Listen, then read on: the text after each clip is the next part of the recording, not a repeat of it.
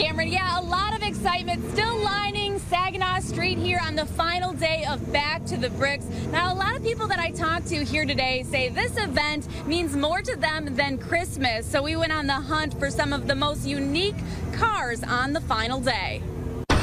From hydraulic lowriders to classic cruisers, Back to the Bricks is on a roll. My car is a dream car that I had since I wanted when I was a child. I finally was established enough to put it together and build it. Alex Ornelas is showing off his 1963 Impala, a car he's been fixing up for the past 7 years. He also brought his fellow car club members, like Dan Valdez, who drove in his red Buick, complete with a custom mural and an interesting suspension. It's just a show stopper, is what it is, just a custom car. Saginaw Street is flooded with cars that make you do a double take, like this 1979 Stutz Bearcat. Sue Will says her family has been driving this car for the past 30 years. It's a family tradition to come to Back to the Bricks every year. Will says they only made 500 of these cars. She says this car is now a family heirloom. My dad gave the car to me, my mom and dad, and now I'm passed on to my son. From classic to new, the kids just love taking a look inside. I just feel like it's kind of like a blast in the past. You just can look at all these cool cars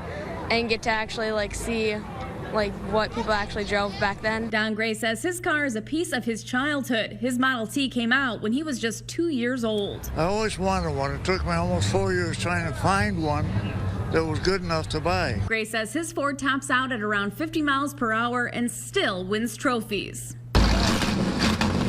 As Back to the Bricks dwindles down, car lovers across the board say this year was one of the best. The crowd has been great. We've been getting great responses out here today. The weather's just been awesome. It's just a good time.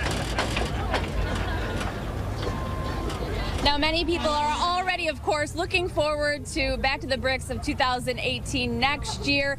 And right now, as it does wrap up, keep in mind there is a curfew that started at 6 p.m. for anyone under the age of 17. Right now, reporting in downtown Flint, Rachel McCrary, WNEM TV5.